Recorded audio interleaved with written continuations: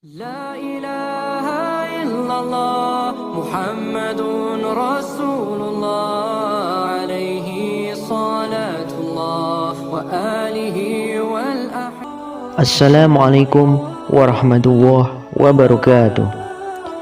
Siapa yang tidak kenal azan?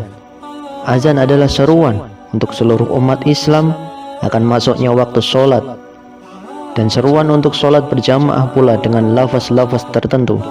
Secara bahasa, azan merupakan isim yang menempati kedudukan masdar hakiki al-idzan yang berarti pemberitahuan, dan al-iblaq yang artinya penyampaian. Sebagai contohnya, Allah Subhanahu wa Ta'ala berfirman, dan inilah suatu penaklungan dari Allah dan Rasul-Nya kepada umat manusia pada hari haji akbar, bahwa sesungguhnya Allah dan Rasul-Nya melepas diri dari orang-orang yang musyrik. Quran surat At-Taubah ayat 3. Kata azan di sini berarti menyampaikan informasi bahwa Allah dan Rasul-Nya melepas diri dari orang musyrik. Asal mula adanya azan ini dijelaskan dalam beberapa hadis yang hampir mirip, yaitu diriwayatkan dari Abdullah bin Umar. Ketika kaum muslim datang ke Madinah, mereka berkumpul.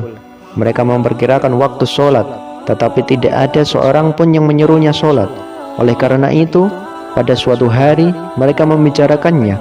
Sebagian di antara mereka berkata, gunakanlah lonceng seperti orang Nasrani. Sebagian lain berkata, gunakanlah terompet seperti terompet orang Yahudi. Lalu Umar berkata, mengapa kalian tidak menyerukan seruan untuk melakukan sholat? Kemudian Rasulullah SAW bersabda, hai Bilal, berdiri dan serukanlah panggilan sholat. Hadis riwayat Al-Bukhari, Muslim, At-Tirmizi, dan An-Nasai. Adapun bacaan dan cara azan adalah dijelaskan dalam sebuah hadis. Diriwayatkan dari Nasir bin Al-Muhajir, guru Abu Muhammad, menyebutkan nama yang bermimpi itu. Seorang dari kaum Ansor datang kepada Abdullah bin Zaid.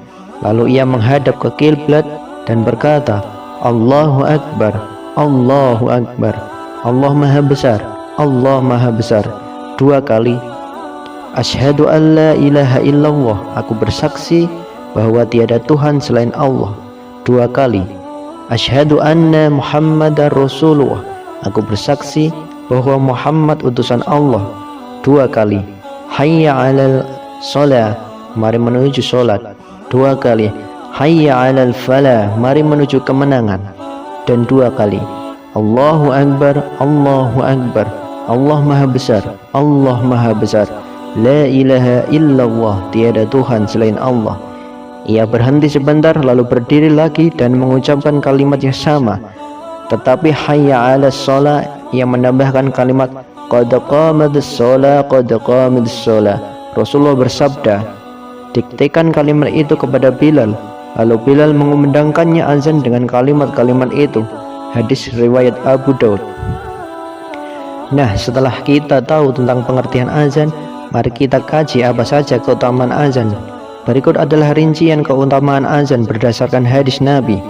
Yang pertama, azan adalah seruan paling dahsyat.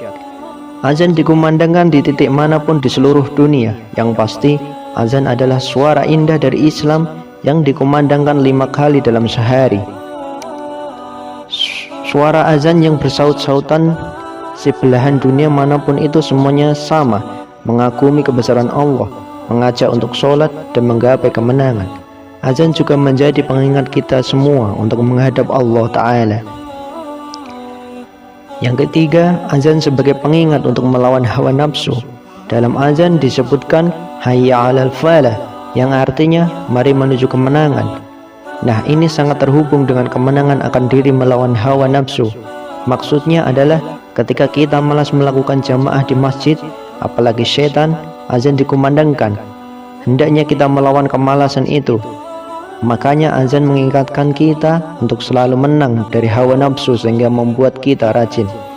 Yang ketiga, azan mengusir setan. Abu Hurairah menceritakan bahwa Rasulullah SAW bersabda, apabila diserukan azan untuk sholat, syaitan pergi berlalu dalam keadaan ia kentut hingga tidak mendengar azan. Bila muazin selesai mengumandangkan azan, ia datang hingga ketika diserukan iqamat, ia berlalu lagi. Hadis riwayat Bukhari, Muslim. Yang keempat, pahala memiliki pahala yang sangat besar. Dari Abu Hurairah radhiyallahu anhu mengabarkan sabda Rasulullah, seandainya orang-orang mengetahui besarnya pahala yang didapatkan dalam azan dan shaf pertama, kemudian mereka tidak dapat memperolehnya kecuali dengan undian, niscaya mereka rela berundi untuk mendapatkannya. Hadis riwayat Bukhari dan Muslim. Yang kelima, yang mendengar azan baik makhluk atau benda akan menjadi saksi bagi muazin. Seperti dijelaskan dalam hadis Nabi, tidaklah suara azan didengar oleh pohon, lumpur, batu, jin dan manusia, kecuali mereka akan bersaksi untuknya. Hadis riwayat Ibnu Khuzaimah.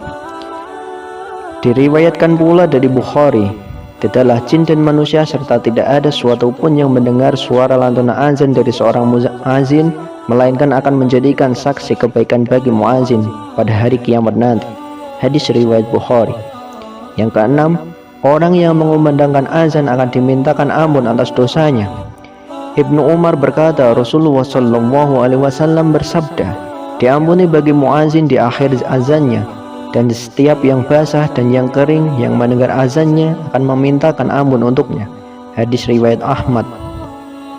Kemudian diriwayatkan dari sahabat lain pula, Rasulullah SAW mendoakan para imam dan muazin, ya Allah, berikan kelurusan bagi para imam dan ampunilah para muazin. Hadis riwayat Abu Daud. Kemudian yang ketujuh, pahala bagi muazin. Seperti dijelaskan dalam hadis, muazin mendapatkan pahala seperti pahala orang yang sholat bersamanya. Hadis riwayat An-Nasai. Maksudnya adalah ketika muazin mengumandangkan azan dan banyak orang yang berdatangan ke masjid karena panggilan azan itu, maka muazin mendapatkan keutamaan pahala orang-orang datang untuk sholat bersamanya.